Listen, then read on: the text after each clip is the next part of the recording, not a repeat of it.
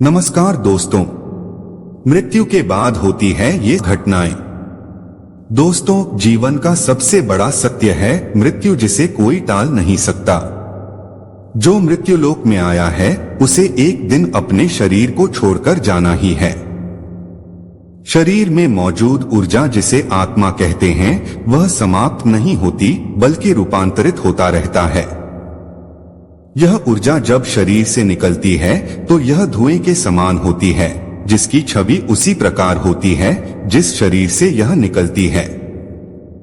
मृत्यु के कुछ समय तक आत्मा को अजब गजब अनुभव से गुजरना होता है, जो आत्मा के भी दुखद और कष्टकारी होती है।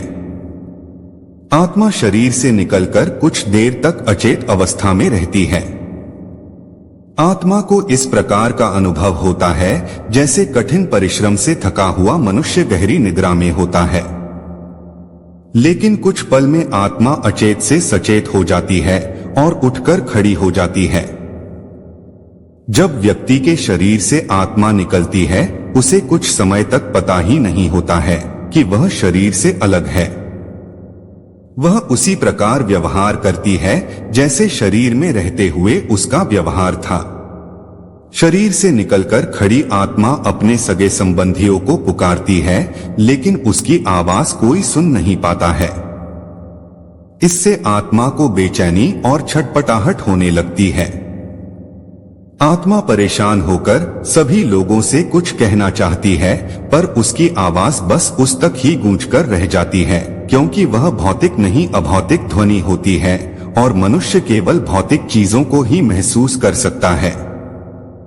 वर्षों तक शरीर में रहने से जो सांसारिक माया का आवरण आत्मा पर पड़ा होता है, उससे मोहवश आत्मा दुखी होकर कभी अपने मृत शरीर को तो कभी अपने संबंधियों को देखकर उनसे बात करना चाहती है, लेकिन उसका प्रयास विफल होता है।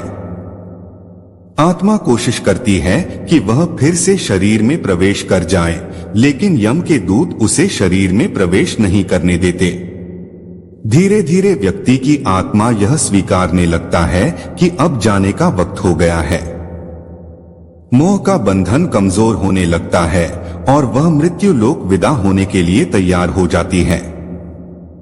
शरीर के मृत हो जाने पर आत्मा अपने परिजनों को रोते बिलखते देखकर दुखी होती है और खुद भी दुख से व्याकुल होकर रोती है, लेकिन उसके वश में कुछ नहीं होता। वह लाचार होकर सब कुछ देखने और अपने जीवन काल में किए कर्मों को याद करके दुखी होती है।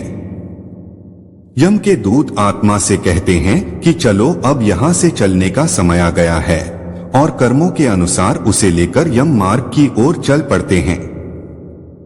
कुछ ही समय में आत्मा मृत्युलोक की सीमा को पार कर एक ऐसे मार्ग में पहुंच जाती है जहां ना सूर्य की रोशनी होती है, ना चांद की चांदनी। उस लोक में हर जगह अंधेरा होता है। यहां आत्मा अपने कर्मों और इच्छाओं के अनुसार कुछ समय तक विश्राम करती है।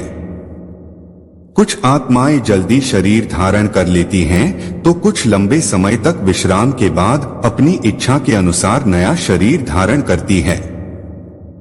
दोस्तों, वीडियो पसंद आई हो तो लाइक और सब्सक्राइब करना मत भूलेगा।